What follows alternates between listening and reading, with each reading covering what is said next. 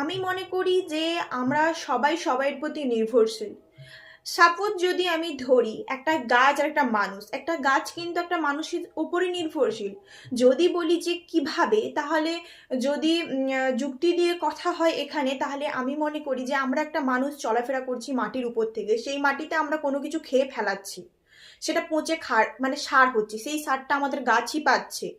তো উম, উম, আর একটা যেমন ধর পশু পাখি পায়খানা পেচ্ছাপ করছে, সেটাও একটা সার হচ্ছে, তো সারটা গাছ পাচ্ছে।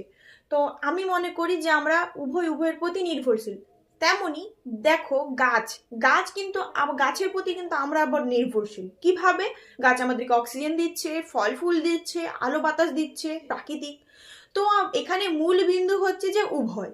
তো আমরা সবাই সবাইয়ের উপর নির্ভরশীল। কেউ যদি মনে করে যে আমি এইখানে একাই একশো, একাই রাজা, একাই সব, তাহলে বলবো যে ভুল।